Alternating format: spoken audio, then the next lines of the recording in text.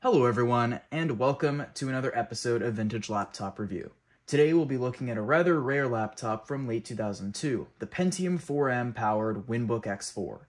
Before we begin, I'm going to give a brief bit of background on WinBook. I know I've talked about this before in previous videos, but if you've seen those, just bear with me for a quick second for those who are new. WinBook was a sub-brand of Microelectronics Incorporated, who run the Micro Center chain of electronics stores here in the US. They consistently released laptops from their start in 1993 until around 2008, when they seemingly had a period where they became less successful, I think. There's really not a lot of data on that, and then they stopped. They did put their name on a couple of other products in the following years, but aren't really active anymore, and were never active after that in the way that they were back in these times. WinBook called the X4 a thin and light, which I first thought made no sense. It's not especially thin when compared to something I would consider a thin and light from the time, like the Dell Latitude CS. The X4 actually feels kind of heavy for its size too, so I was a little confused on why they described it this way. However, then I was elsewhere looking at a review of Dell's Latitude C600 series, which look pretty much the same as these. They're the same form factor, and they called them a thin and light. So I guess this is just what this type of laptop was called back then. I always just called these like standard normal size laptops, but I guess they defined them differently back then. Overall, I'd describe the X4 styling as just very early 2000s. Stuff like the vents and the grills up here, and the light blue color, and the swoopy buttons, and stuff like that. And honestly, I really do like this design. I think it looks pretty good. Certainly more interesting than the ThinkPads or the gray Dells from the time. Although I appreciate those too for different reasons.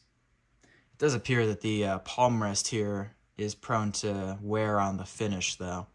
Anyway, let's take a look at the X4's ports. On the front, we have nothing. On the left side, from right to left, we have a headphone jack, a line-in or microphone jack, a modem port, Ethernet, a single PCMCIA card bus slot, a mini FireWire 400 or 1394 connector, and a vent. On the back side, we have another vent, two USB 2.0 ports, an infrared port, a VGA out port, parallel S-video out, and a little lock slot, and another vent. Then on the right, we have the power jack and a optical drive, which on my unit is a DVD-ROM CDRW combo drive. So, a couple things to note here. The inclusion of a FireWire port is somewhat uncommon for a laptop from 2002. I mean, the high-end ones had it, but it wasn't especially common, and it was far from guaranteed, especially on something like this, which wasn't really a desktop replacement. The inclusion of USB 2.0 ports rather than 1.1 is also a benefit. A lot of Pentium 4 laptops still used glacial USB 1, which just sucks nowadays, so it's nice that these are faster. On the bottom here, we have the battery, which has a nice satisfying release latch to it. And then 3 doors. This is the hard drive bay. And then under here is RAM. There is a single slot here, and I believe a second slot under the keyboard. And then this door houses a mini PCI slot, which I think is populated with a modem card. The X4 never shipped with Wi-Fi, but I suppose you could hack in support if you retrofitted some antennas somewhere, and then threw in a mini PCI Wi-Fi card, so that's a possibility. One thing I'd like to turn your attention to here is the model label. Under the WinBook X4 text, you can see this model number, green 550. This is a dead giveaway that WinBook themselves didn't make this laptop. It was in fact made by Elite Group Computer Systems, otherwise known as ECS. What this laptop actually is an ECS green 550 that's been rebadged by WinBook. This was pretty standard practice for small PC companies at the time, and still is, as WinBook themselves didn't have the means to design and manufacture their own products. Nearly every laptop they've ever sold have been rebranded generic laptops made by an ODM, ECS being one of the ones they went to. The top of the laptop is actually made out of some sort of metal, aluminum I believe, which is pretty nice and gives it a very premium feel. It also has this giant WinBook logo, which I think is pretty neat, and it's also very more custom than if they just stuck a model badge somewhere on here. So they had ECS make a custom mold for this or something. It's really nice. And that's about all I have to say about the X4's design. Now, on to specs. My X4 is configured with a Northwood Intel Pentium 4M processor, clocked at 2.0 GHz. 1.7 and 2.2 GHz Pentium 4Ms were also available, as well as a 1.8 GHz Celeron option. It's possible there were other configurations available too, but that's all I could find info on. Tracking down that sort of information for these is kind of difficult. My X4 has 512 megabytes of DDR1 RAM installed currently. I'd guess it can probably take up to 2 gigabytes, definitely at least 1, probably 2. The LCD on my unit is a 15-inch panel with a resolution of 1024 by 768. If you know me, you'll know that for displays this big, I usually do prefer higher resolutions than this. XGA is perfectly usable, I'm just spoiled by my other laptops with better panels. There actually was a 1400 by 1050 option available, although I'd guess that it's likely pretty darn hard to find, especially considering that my own X4 is the only one I've seen show up on eBay in the past year. Also, there was a 14-inch 1024 by 768 option that was also available. The graphics in the X4 are handled by the chipset, not a dedicated chip. The chipset in question is the SIS 651. And the graphics in said chipset are unlikely to wow anyone. A good gaming system for period games from 2002 at least, the X4 is not. The battery in the X4 is a rather thin lithium-ion pack. I'd guess it probably uses some sort of pouch-style cells. It does appear generic, but I'd guess that it actually is original. The rubber foot and the actual texture and the plastic is like a perfect match. My guess is just WinBook didn't pay extra to have their name put right on the pack. The hard disk, located right under here, is a 40 gigabyte drive in my unit. I didn't get my X4 with a hard drive, but the configuration that mine has would have originally come with a 40 gig drive either way, so my replacement is fitting. I would like to install an SSD at some point in the future though. And also just to note, these do use a proprietary, like a stupid little adapter board. They don't just, the IDE pins don't plug directly in. Don't freak out if you're missing it. It's the same one that a lot of laptops from this time used, including the Dell Inspiron 5000 and 7000. So at least at the time of recording this, you can still find them. So it's not the end of the world if yours is missing it. Spec-wise, this laptop is shaping up to not be so great for games, but pretty darn good at everything else. Let's see how usable it is in the real world, though, before we make a final judgment. Starting with the laptop's input and output devices, the stuff you'll be interacting with every time you use it. Whether or not these are good or bad can make or break a laptop's usability. Let's begin with the keyboard.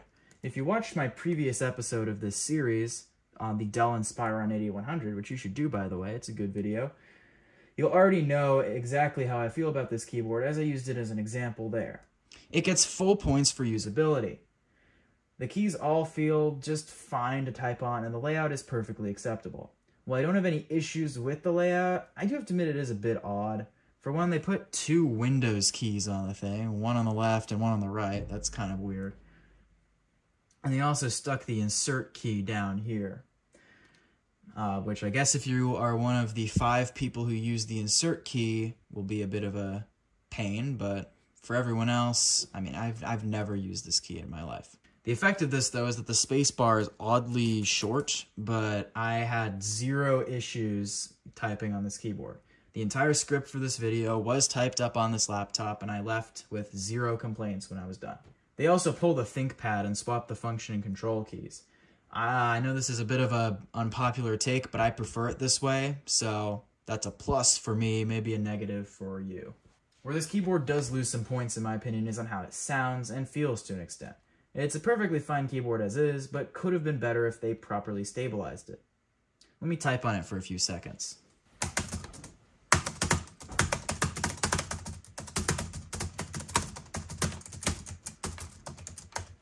You'll probably hear that it rattles a bit, right? Well, it's because unfortunately isn't stabilized very well. It doesn't compromise on usability, but it would have made it feel a little quieter and nicer to use if they had done a better job there.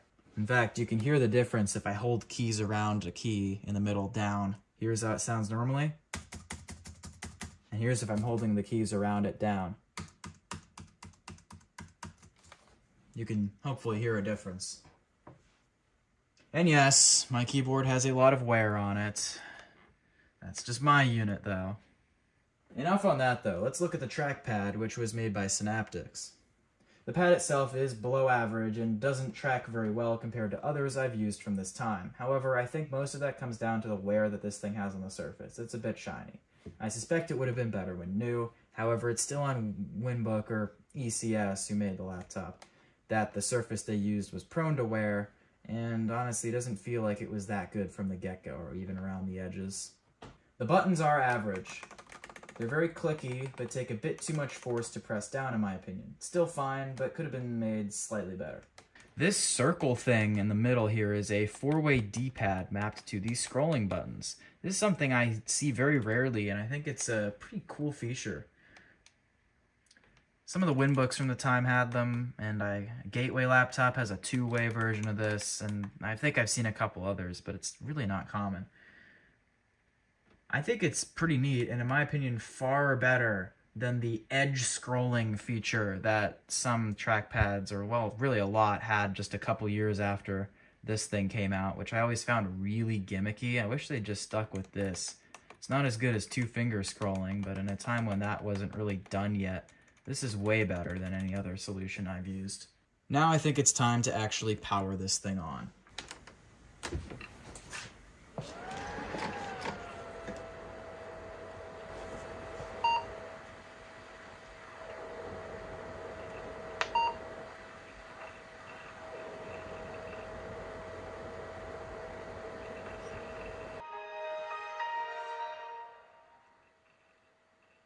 And there we are.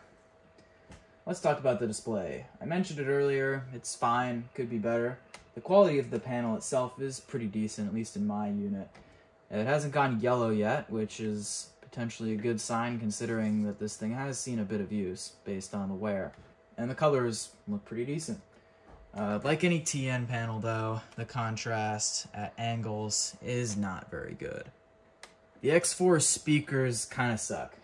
They are stereo, but they aren't located exactly where you'd expect. The right one is actually under this grate, but the left grate here is just a fan air intake. The left speaker is actually somewhere in this grill, I think in the center.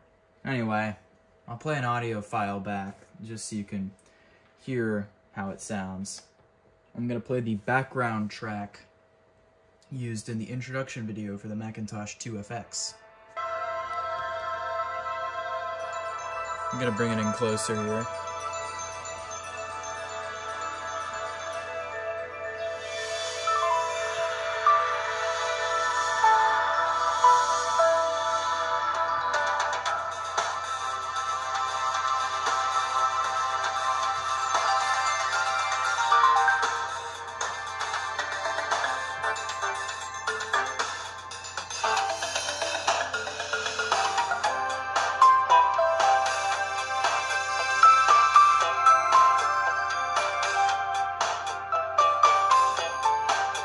Now for a benchmark here, I'll use the Inspiron 9100, which has probably the best speakers I've ever heard in a laptop. So here's how it sounds.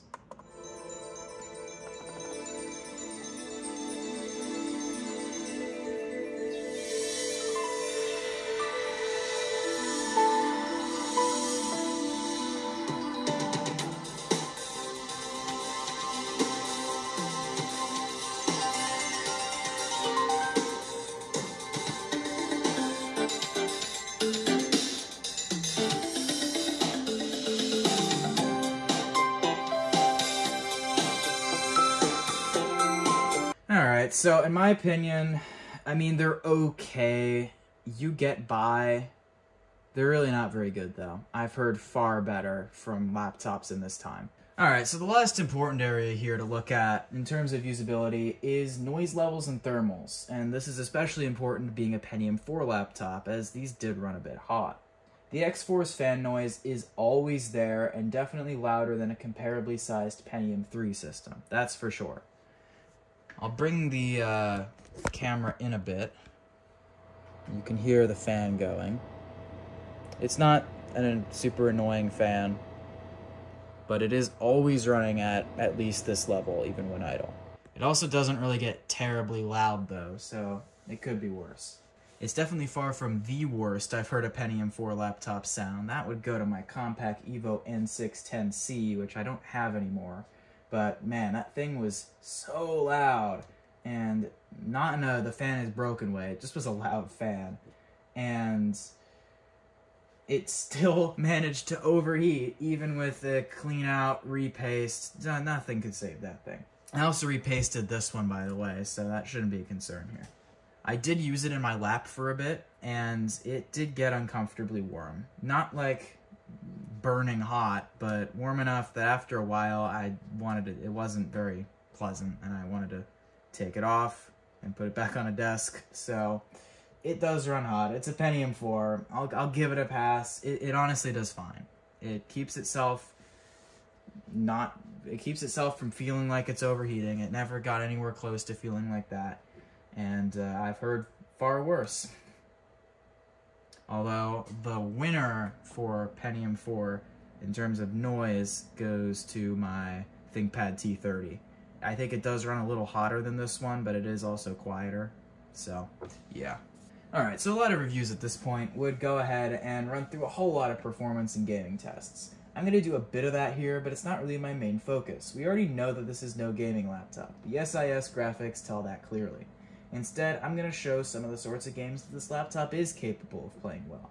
But at first, I do want to give a representation that people can use to determine how well this thing could do in theory. So I'm going to run through 3D Mark 2000. Alright, let's go.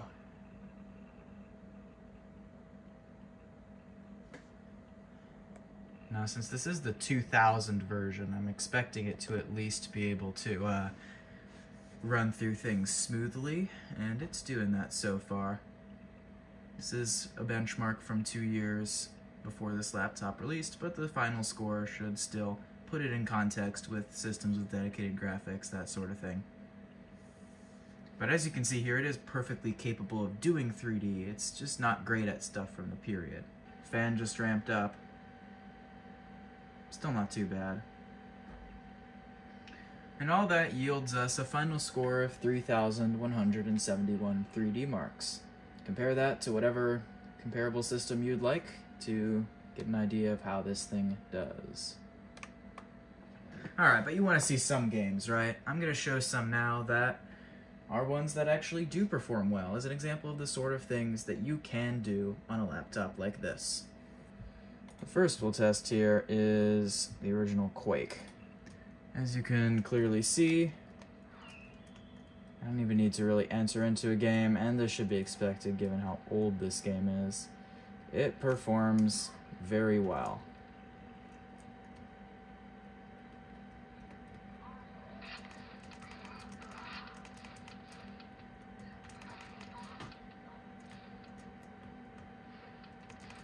And I mean, it better. This is really a baseline test. Alright, next I'll test out Quake 3 Arena from 1999. One that might be a bit more difficult, but it's still able to handle this one just fine.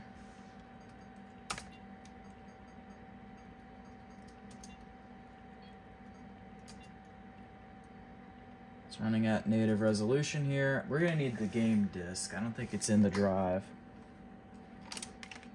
Yeah, oh boy, I gotta go find it. Well, I can't find the friggin' Quake CD, so that's what I get for not finding a no CD patch.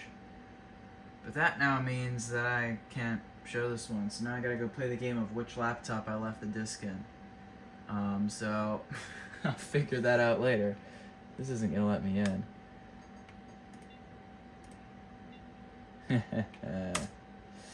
No. That's so annoying. I don't know where I put it. Oh, I remembered. It was in my ThinkPad T43. Yay. We can continue. Alright, now I suck at this game. And I'm playing at a bad angle.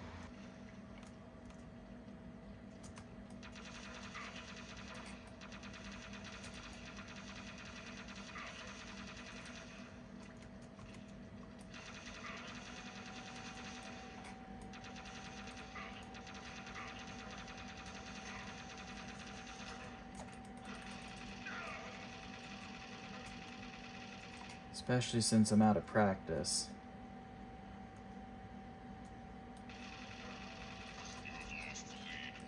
Yeah, you could see though, it's performing well.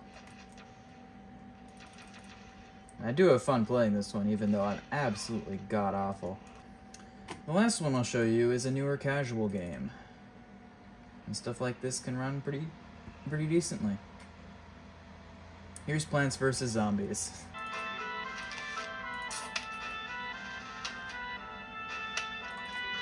This is one of my favorites of all time. Now, I haven't gotten to far intense levels on this, but it's performing fine.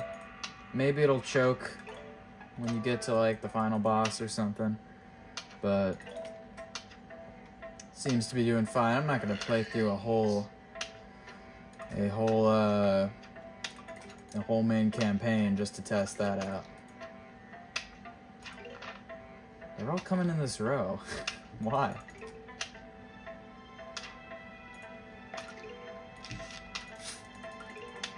I swear, if the next one comes in this row.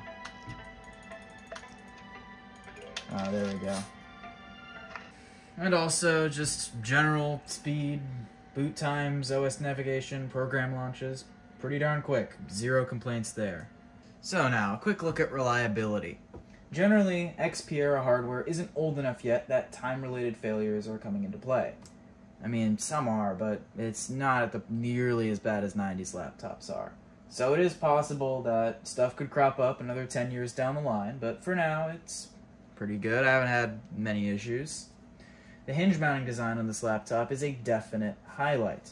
The metal back case should drastically reduce the rate of failures these experience. These also just feel great. Like, this is one of the best feeling hinges I've used in any laptop. I mean, it's a little on the loose or weak side, I guess would be the better word for it. I just kicked into sleep mode. But it feels just very fluid. It's just a really good hinge. And my WinBook J1, which uses a similar design, feels the same way. I also think the hinge mounts at the base are magnesium, I think. A piece, they didn't look like plastic when I was in there. They were like a separate subframe. Now, a piece of it in a screw well did break off on the left. It wasn't for one of the hinge mounts. I think it was mounted to the bottom case or something. Did break off and actually interfered with the fan. I had to go in there and get the bit out. But, I mean, so maybe it's plastic, but I really don't think it is. I think it's magnesium. I'm not positive, though. Also, the fact that the CPU is socketed and the fact that it lacks a dedicated GPU does mean that it probably won't suffer from the solder quality problems that plagued many laptops starting around this time, with like cracked solder joints, that sort of thing.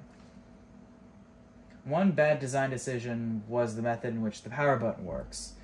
The plastic part that presses down onto the button itself relies on a thin bit of plastic to bend, and this broke with use on mine, so if I'm not careful, it will just fall out. It is kind of hard to get it out when I want it to, but it's loose in there, and it will just fall out. The keyboard and trackpad surface do also seem to be more prone to wear than what some other laptops from this time seem to have. I mean, let me get a better angle. For the amount of wear on the actual labels on these keys, I'd expect them to be far more like shiny. It doesn't look like there's actually that much wear. It just looks like the labels are kind of weak. Same goes for the trackpad coating, which has affected its usability a bit. It's a little shiny, but like it seems to have worn easily and maybe not been that good to begin with. Beyond this, I have no further data as I'm dealing with a sample size of 1. So, to conclude, the WinBook X4 is a decently designed general use laptop with a nice highlight in that metal back. Not great for period games, but it has plenty of usefulness in running older titles. It doesn't do anything egregiously wrong, but it's far from the best you can get. Don't let that fool you though, there is definitely a place for a laptop like this in someone's collection. There's still a lot you can do with one of these, and I know I've gotten a good amount of use out of it since I've owned it for, gosh, close to a year now? Really doesn't feel like it's been that long, but it has. With that in mind, I'm going to give the WinBook X4 a score of 6 out of 10 on my completely arbitrary laptop review scale. Decent, but not exemplary. Anyways, that's all for today. Thank you for watching, and I hope you enjoyed. More to come in the future.